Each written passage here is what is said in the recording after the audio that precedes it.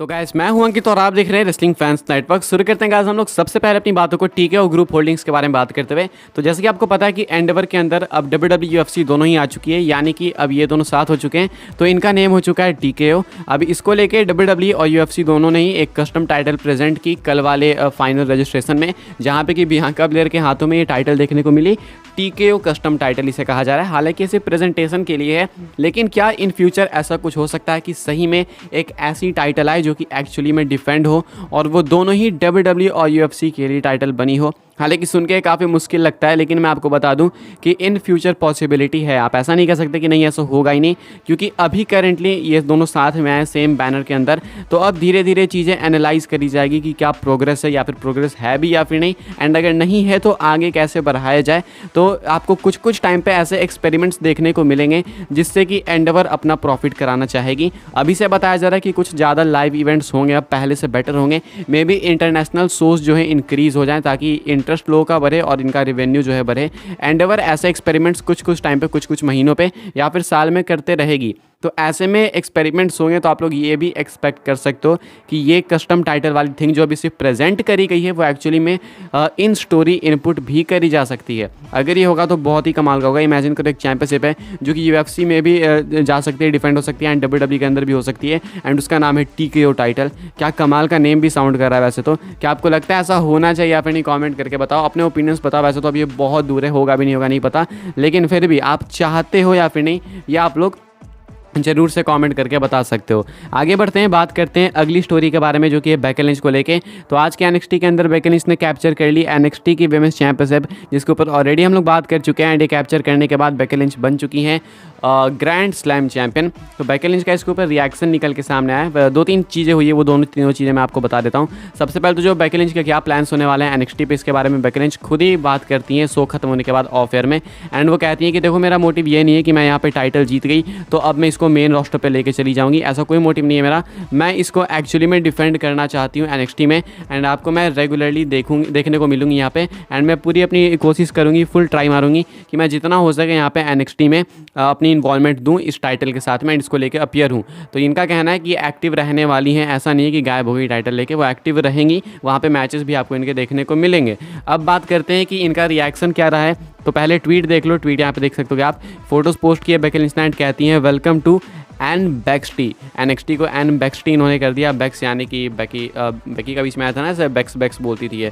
तो Becky Lynch अपने आप को यहाँ पे NXT के नेम में डालते हुए एंड अपनी इंपॉर्टेंस दिखाते हुए, साथ में इन्होंने इंटरव्यू में भी, मतलब जो शो खत्म होने के बाद एक इंटरव्यू हुआ था पोस्ट शो, वहाँ पे भी बात करी। यहाँ पे कहती हैं कि मैं ग्रैंड स्लैम चैंपियन बन चुकी हूँ। मैंने कभी सोचा नहीं था कि ये चीज़ होगी, क्योंकि मैं यही सोचती थी कि NXT से तो मैं निकल गई एंड अब ये चीज़ पॉसिबल ही नहीं है। लेकिन तभी टिफनी स्ट्रैटन ने अपना मुँह चलाना चालू किया, एंड उसकी वजह से देखो आज मेरे पास क्या है। तो इम्पॉसिबल चीज़ें भी पॉसिबल है, एंड मैं और सेथ रॉलिंस हम दोनों रूल कर रहे हैं करेंटली कंपनी को, बिजनेस को। वो उधर वर्ल्ड चैंप है, मैं इधर चैंपियन हूँ, तो देख लो भाई हम दोनों कितने मैटर करते हैं, ऐसा इनका कहना है।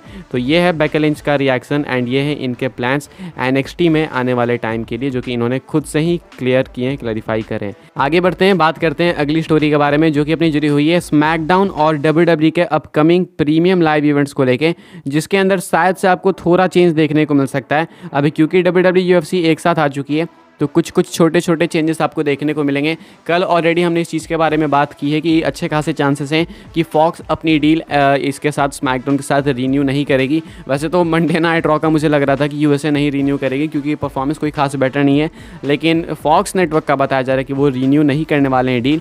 एंड जो टॉप कंटेंडर्स है स्मैकडाउन को अपने नेटवर्क पर टेलीकास्ट करने के लिए, वो है अपने डिज्नी और अमेजॉन। तो अब बताया जा रहा है कि स्मैकडाउन अगर टेलीकास्ट होता है इनके नेटवर्क्स पे, तो अच्छे खासे चांसेस है कि ये डे बदल देंगे। यानी कि जो स्मैकडाउन वहाँ पे फ्राइडे नाइट को आता है, हमारे यहाँ सैटरडे मॉर्निंग को, मे बी वो वहाँ पे सैटरडे नाइट या फिर थर्सडे नाइट कुछ भी हो सकता है। एंड उसी हिसाब से हमारी टाइमिंग भी इंडिया के अंदर चेंज हो जाएगी। Same goes with premium live events. WWE का करेंटली जो फॉर्मेट चल रहा है वो उनका चल रहा है सैटरडे नाइट PPVs का, एंड जो कि हमारे यहाँ संडे मॉर्निंग को आता है। तो काफ़ी मज़ा भी आता है कि हाँ भाई संडे को आता है, तो लोगों की छुट्टी हो जाती है यहाँ पे। तो शायद ये भी चेंज हो सकता है, एंड जो डे है वो थोड़े से सफल किए जा सकते हैं। मे भी हो सकता है कि PLE वापस से वहाँ पे संडे नाइट हो जाए एंड इंडिया में वापस से मंडे को आने लगे।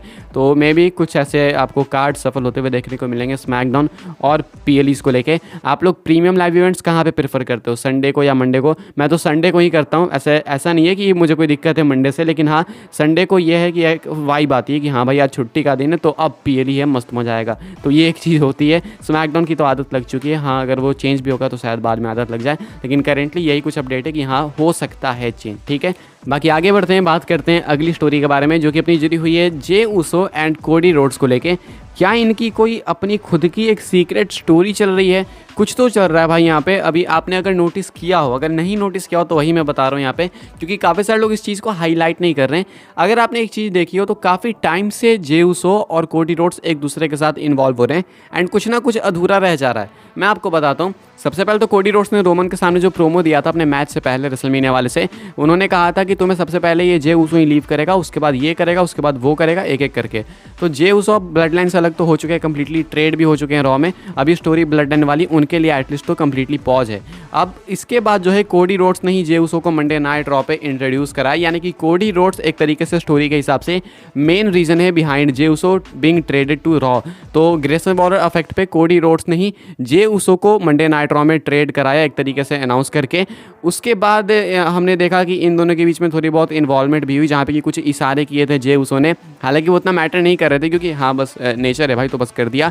लेकिन अभी रिसेंट वाली जो मंडे नाइट रॉ निकली है वहाँ पे कोडी रोड्स एक प्रोमो डिलीवर करने वाले थे जिसको डब्ल्यूडब्ल्यूई ने अच्छे से एडवर्टाइज किया था एंड प्रोमो की स्टार्ट ही उन्होंने जे उसो से करी, यानी वो जे उसो के बारे में बात करने वाले थे।